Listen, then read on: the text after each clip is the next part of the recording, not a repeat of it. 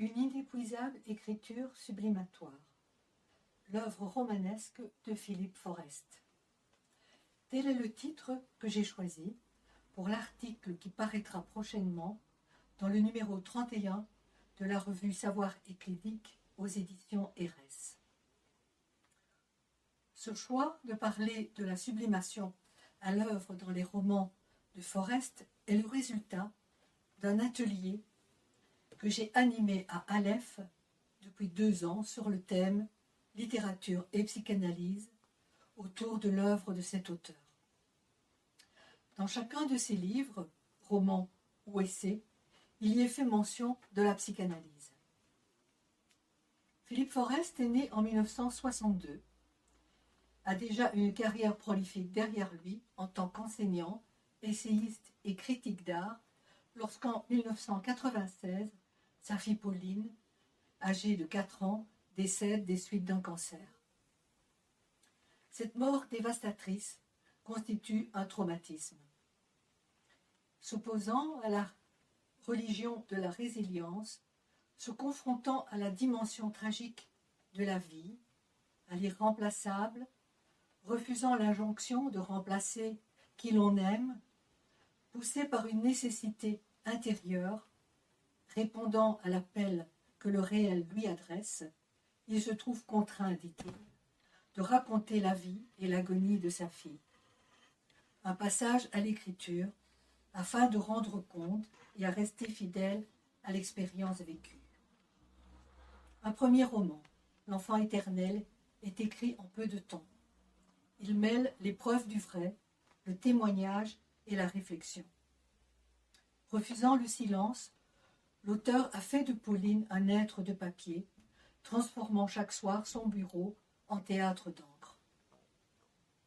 Un deuxième roman, Toute la nuit, succède au premier en très peu de temps. L'auteur aurait pu s'arrêter là. Mais c'est là qu'un processus se met en place qu'on appellera sublimation.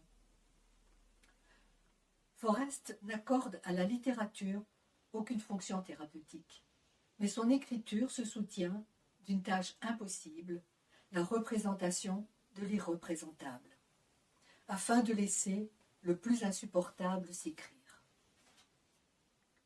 Suivront d'autres romans, 10 à ce jour et autant d'essais. Essais et romans se croisent et se répondent. Au fil du temps, les romans accordent plus de place au fictionnel et à l'imaginaire. Toutefois, dans chaque roman ou essai, Pauline revient, comme un fantôme, hanter le texte.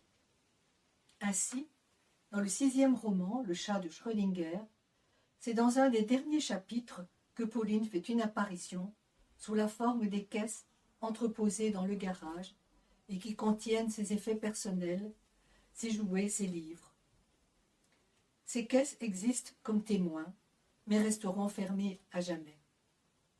Ou encore dans ce lumineux essai, Quel enfant fossile, où l'auteur découvre au musée des Confluences de Lyon un morceau de mâchoire d'un enfant de 5 ans, vieux de 320 siècles.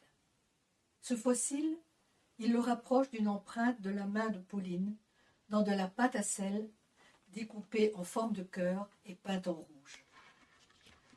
Loin du ressassement mortifère, les romans de Forest sont de l'ordre de la reprise, mot qu'il emprunte à Kierkegaard. C'est un roman en mouvement. La reprise est un mouvement en avant, un souvenir en avant, et exige un roman différent pour être dit. Lacan, dans Autres écrits, a cette belle définition. Récupérer l'objet par son art, tel est le travail de l'écrivain, sa sublimation.